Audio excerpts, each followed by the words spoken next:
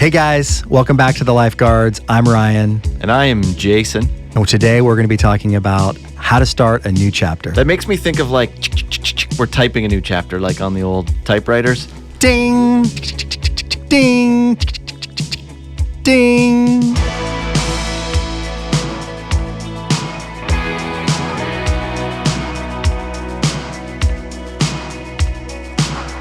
Okay, so Jay, I'm going to talk about starting a new chapter. And I'm going to go back something like 26 years ago. And I was standing in the kitchen with my parents. And I remember telling them they had a family business, a second generation business, a landscape nursery and growing operation. And I remember telling them, I will never, there's that powerful word, I will never be in the family. Never say never. Never say never. I will never be in the family business. And I was going to be going off to internship in school, and I will probably not be moving back to Charleston. Not for any particular reason other than I just didn't think I would be coming back. I thought I would be moving somewhere else and doing other things. And I love Charleston, so it wasn't anything personal about Charleston. But I just didn't think I'd come back. So fast forward, I went to, I had 2 years in an internship program with you. And then I got a management degree from Oral Roberts University in Tulsa, Oklahoma. Go Eagles. That's a little shout out there. Go Eagles. And then I moved back to Charleston and I started working in my family's business. And I had a management degree, so I was ready to manage. And so my mom said, great, you're ready to manage. You're going to manage building a new field in the back. That's what you're going to manage. And you're going to dig trenches. That's one of the executive roles, sounds like? Yeah, it was very executive, very high level, digging trenches and gluing pipe and setting up irrigation and risers and running wire and all that stuff. Which, by the way, I knew nothing about and am one of the least mechanically inclined people that you will meet. But that's what we did, and it was fantastic. And I had to learn all the plants from scratch. I knew, almost nothing. Progressed up, and then really found a love and a joy for working with plants and building gardens for people and transforming their outdoor living spaces, and found a lot of joy in it. But that whole, starting a new chapter can be really hard. And it can be overwhelming, and you can have a lot of fear and things that you're not sure about doing. And I remember when we were, I was learning the plants for the first time, and I remember starting to really get the names, because it takes a while. There's a lot of plants. And my wife and I were walking around our neighborhood at the time, and I remember going, that's a little gem magnolia, and that's a Natchez crepe myrtle, and that's an azalea, and that's a camellia. And everywhere we walk, if there's plants everywhere, and I just keep ding, ding, ding, ding, ding. And I felt so fulfilled. I mean, it was such a sense of fulfillment. I was speaking this other language of horticulture and plants. And my gracious wife, she'd be like, okay, honey, you get like 3 more. Because I just wouldn't stop, Enough with the Latin plant names already. Exactly. So you get 3 more. Okay. Ding, ding, ding. And then I'd stop. And then I remember planting my first garden, as an adult, and such pride, in that, but also like foolishness, when you sow seeds, it's such a funny thing. You have this speck of a thing that you put on top of the earth, and then you dust it with a little more specks of some dust, and then you add some water, and then something's supposed to happen, which is pretty weird, by the way. Seed is so unique. You probably know this, but did you know that seed has everything it needs to germinate? Like, it doesn't need sunlight. It doesn't Well, you put it in the dark under the dirt, and I guess it needs water, but some maybe don't even need that much water. It needs some Moisture. It needs some moisture, but that's it. Like, everything internally, it doesn't need fertilization. It doesn't. There's no other outside inputs other than it's got to have that little bit of moisture, maybe, to get it kind of breaking down or going. And then all of a sudden, it produces a plant of the same, which is, I think, a miracle. But I remember sowing those seeds, feeling foolish, like, how is this gonna do anything? This little speck of a thing, it feels like a futuristic thing, like in Back to the Future, where they have like the little tiny little baby tinfoil wrapper pizza of the future, and they stick it into the, high tech oven, and it like rehydrates it, and then like this giant hot pizza comes out literally like 10 seconds later. And they're like, you did such a good job hydrating that pizza, Mom, or whatever it's called. And it's like that. That's what I feel like it's like. It's like a magic trick. Like, I put this little speck of a thing, and it's going to produce this machine called a plant that's going to produce fruit, that inside the fruit is going to have more of those little speck of a things that then I can make more of. More.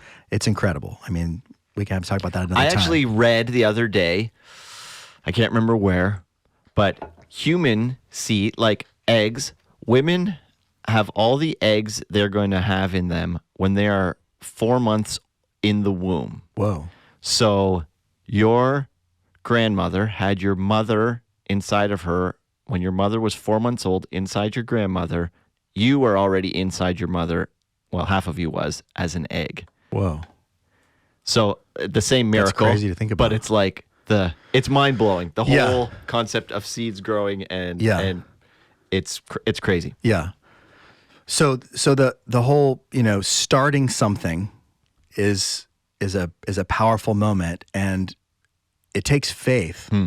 It takes faith believing that what you're doing is going to do something that you want. And sowing a seed, the tomato plant or watermelon will not grow unless we get that seed and we, put it in the ground. And so maybe the watermelon won't grow successfully, even if we do. Right. But it definitely won't if we don't sow it. Right. And so when you're starting something new, there might be all these things that are just coming at you that, again, you're not going to be successful. You're going to fail. They're going to see you fail. They're going to laugh at you. That, they're going to look at you a certain way. They're going to perceive you a certain way. You don't know enough. You're not gifted enough. Whatever, all those, negative voices that we listen to sometimes that we should, take captive and kick back out and then revert back to the truth. What is the truth? Those things can stop you from doing what you were created to do. And so I remember we were together recently, and we were driving down probably like a 4 or 6 lane, almost a highway, but a very, very busy, dangerous road. And we saw a precious man in a wheelchair in the road. On the right in a side. lane. He was in a lane of traffic. He was in a lane of traffic, pushing himself backwards the direction with traffic that we were going with one leg. Yes. I don't know where he was going. I don't know the level of urgency of it, but it looked like it was a routine, like he had done it 100 times before. He didn't look uncomfortable. He didn't look scared. He was just booting down the lane. One leg push at a time. It was amazing. He's pushing himself down this very busy road because he's got something to do today. Because he woke up and said, I'm not going to feel sorry for myself because I have one leg, or that I'm in a wheelchair, or whatever his situation might be. I'm going to get up and do what I was meant to do today. I'm going to do it. And that didn't stop him. And I think of all the things that stop me, that prevent me from doing the things that I really want to do, that I believe in and that I'm passionate about. And so, being back in the family business, learning about the plants can be difficult in the beginning. But I pressed through and I really got a hold of the plants, and then you start learning about how to arrange them and where they all grow, because they're not inanimate objects. Each one needs a certain amount of light, a certain type of soil. It gets a certain size. The deer can eat many of them. So you have to know all that stuff, and that takes time and training and just real world experience. And I did a lot of landscaping and learning in the beginnings, and but it brings such fulfillment to work through something from the beginning, and then get to a point where you've mastered it, where Right. you've mastered something. Right. That is a fulfilling. It's fulfilling, and so I think about that guy that we saw, and I think about all the things that I could say would prevent me from moving to the next step and doing the thing that I really want to do. And so recently I started a new business. It's called Cerci. And Cerci means gift, surprise, present. It's a Southern colloquialism, Sure. mostly used orally, just people talking about it. So we spell it Cerci. And so, the business for me is because I believe in creating content that inspires people to grow. I want to produce and create content that lasts and that lifts people's spirits, lifts their minds, their hearts, their faith, and helps them become who God created them to be. And so I've started. So the LLC has been filed. That was step one. Congratulations. Thank you. I had a roadblock. The state of South Carolina didn't like the name, and so I found a friend, which is always a good idea when you don't know what you're doing on a particular topic. And so he referred me to a great attorney, and so we worked through that, and the LLC has been formed, and we're working through. I just got my first business bank account for this particular entity, and it's just it's baby step, baby step, baby step, and it's very exciting. It's exciting to kind of hit those milestones. Mm-hmm. I got to help produce recently with a company called Matchlight on just an amazing live worship recording here locally, downtown in the city, and just I felt blessed to be a part of it, and I'm so excited to see it edited and released. Yeah.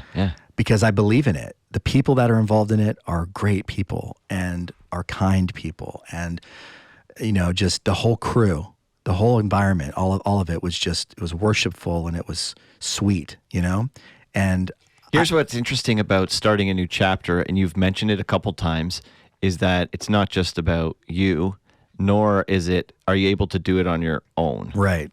In this scenario with this business, even you talked about phoning a friend. Yeah. You need to get help when you don't know the answers. And you're starting a new chapter. You need to get help with that sometimes. Right. And I think maybe something that stops people from starting something new is they don't have all the answers. I don't know how to do this. Well, phone a friend. Ask someone else. Yeah. Look for help. Don't be proud. Don't be proud. Right. Exactly. And it just makes me think of anytime you take a new step in life, whether it's none of us, when we were 17, none of us had bought a house before, and you don't know, who do I even call? Like, I call a real estate agent, I guess. I didn't really know where to start, Yeah. but you figure it out. Right. You buy a house, and over lifetimes, people buy and sell houses. But whenever you're starting a new chapter, it probably is going to take other people to be involved and help with what you're doing. Yeah. Right? Yeah. And you're going to face trials, tribulations, failures, trippings. I mean, the first thing, South Carolina kicked back and said no. That was because they didn't like the name of your company. Well, yeah, because Something it's close. It's there's another company in South Carolina that has a similar version of it, and so they didn't like that. Their automated system or whatever kicked it back, and I did it on my 40th birthday, which was symbolic because I'm finally doing this thing. Sure. Dang it. Well, you've been talking about doing the production business I've known you for 20 years, Yes. 22 years now. It was 2000. It's not a new idea. Right. And of course, you and I both have had a lot of live event production experience, directing, producing live events, which one day we're going to get back to. But it's been a season, the last 16 years of my life has been dedicated to building my family's company. Mm-hmm. And I've loved it. Mm-hmm. And it's been so good to me. And so good for me, and so good for my family, to be close to my family, and in proximity and in relationship. Yes.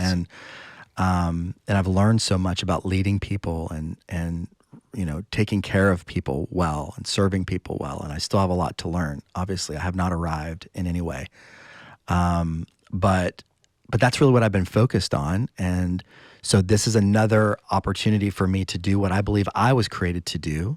in addition to what I'm doing with my family's company. And yeah, produce things that are going to keep inspiring people. So, but there's going to be setbacks. Day one, I file the LLC. I'm finally like, I'm doing it. We're doing it, Harry. You know, and then right away, like hour and a half later, South Carolina goes, nope. Okay, now what? And so again, you got to ask for help. If you don't know what you're doing, ask for help. Get the right people involved, and be ready to do it. So, what about you? Starting a new chapter?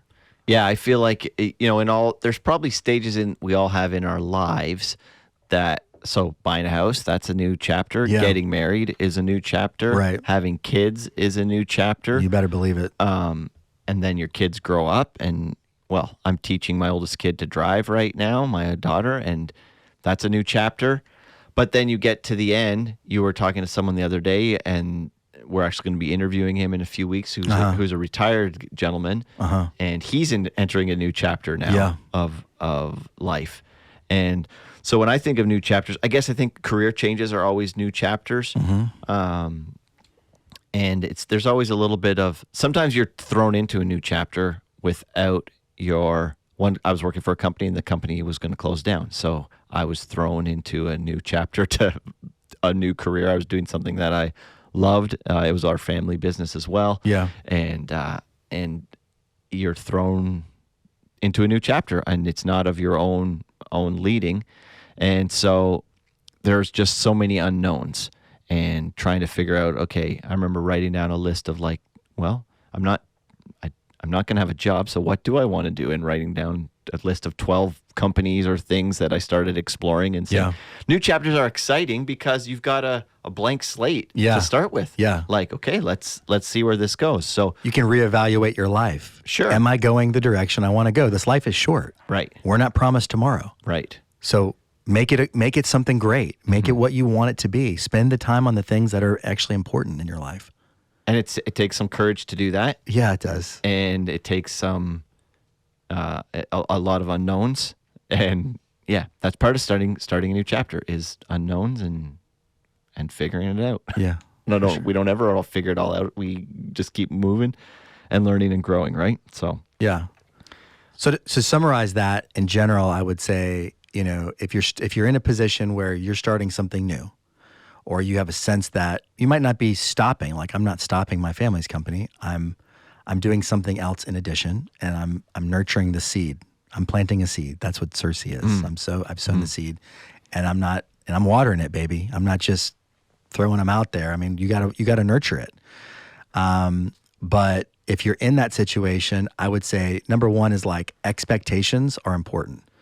So like, what are you actually expecting? What are the bars that you're setting up for? This is success and this is failure, and be really kind to yourself on what's failing, because most of it's not actually failing. Like if your kid's learning to ride a bike and they fall off, without the training wheels for the first time, are you like, you're a failure? No, exactly. Of course not. Or your kid's even smaller and they're learning to walk. They're doing the wobble thing and all that. That's what we're doing. That's life. We're always doing the wobble. Like if we're starting something a little different, wobble. I think the key is don't be afraid to do the wobble. Don't be afraid to be in that, like, because you don't look super cool when you're just learning to walk, or if you're learning to ride a bike and you're, falling and skinning your knee and all that, like it's not necessarily even fun. You're going to go through some stuff that's not joyful or bringing you, pleasure every moment. Enjoyable, yeah. But if you keep pressing through and you're heading down the right path, you'll get on the other side of it, and it will produce fruit. And so I think there's lots of us that the fear of the wobble or the fear of failing stops us. Yeah. And you're not gonna, I think you said it to me the other day, like something like, what are you waiting for? Yeah. And that fear stops you. My sons love fishing, and there's this YouTube guy that they follow, Black Tip, I think his name is. He fishes deep sea fishing and stuff. Anyways, I saw a video a couple days ago of him, and he has cancer now. And so he looks like a healthy 30-something-year-old guy, outdoor fishing guy. Yeah. And now he's going through chemotherapy. And it's like, okay, what are you waiting for? Yeah. Because you don't know if you're going to get in the car today and get in a car accident and be done. So take that chance, then that risk, and start. Start, yeah. If you're watching or listening to this and you've got an idea that you've been thinking about for years, maybe. For 20-something years, maybe. Yeah. Like, start taking steps to put that into place. Yeah. And just be encouraged. Like, go give it a shot. Yeah. It's like when people, they talk about with trees, when we're dealing with landscaping and designing for landscapes with large trees, they ask a common question is like, when's the best time of year to plant? And with a tree, they're asking like, what season? And of course, trees take time to grow. And the more longevity that the tree has, like 150-year lifespan, the slower typically it is. The shorter the lifespan, like a 30-year tree, the faster it is. The faster it grows. Correct. Thank you. So typically the faster it grows is connected to its overall lifespan being shorter. And the slower it grows, the longer the lifespan is. And that's a generality, but it holds true for many species. And so the best time to plant a tree is like 10 years ago, 20 years ago. Sure. If you want to swing in it, like that's the best time. we don't care about what season. 20 years ago is when you should have planted the tree. But you know what the next best time is? Today. Today. Right. So just plant today, whatever you got. And if all you got's the acorn, we've done that. We've grown plenty of angel oak is a big tree in Charleston on Johns Island where we have our facility. And it's like this huge, massive, beautiful. I haven't visited yet, but I drive by it all the time. If you're listening or watching and you're in the Charleston area, go see the angel oak. But we used to, and we've done it maybe somewhat recently, but go and pick the acorns, and we grew out the live oaks from the acorns. And let me tell you, it takes a while. It takes a while to do that. But, whatever you got, use it. Do it today. Don't delay. Don't keep pushing your dreams and your passions and the things that you were wired to do because you're scared or because you don't know how to do it. You don't need to feel like you have all the answers to start. And you don't have to see the whole movie before you start making it. Right. Like whatever you can see, just start there. And you don't have to do it alone. Find someone who can help you, who can coach you, who can mentor you, and move through that process with somebody. And that, honestly, that's one of the reasons that, Cerci and Hort Mentor and those brands that we've started is about helping coach people and mentor so that they don't feel like they have to do it by themselves. And, I'm not mechanically inclined. I'm not the guy that's going to start figuring out and troubleshooting mechanical things on our property, facility, equipment. My brother is incredible. I mean, mechanically, he has his brain with all that is just incredible. He's gifted in that way. I am not. And so I don't have to be him. And he doesn't have to be me. And we both have gifts that complement each other. And I have weaknesses that he has strengths in, and he has strengths in areas that I'm weak in. Right. And so we make a great team. So find your team. Find the people around you that can rally around you and support what you're doing, and just start. Plant today.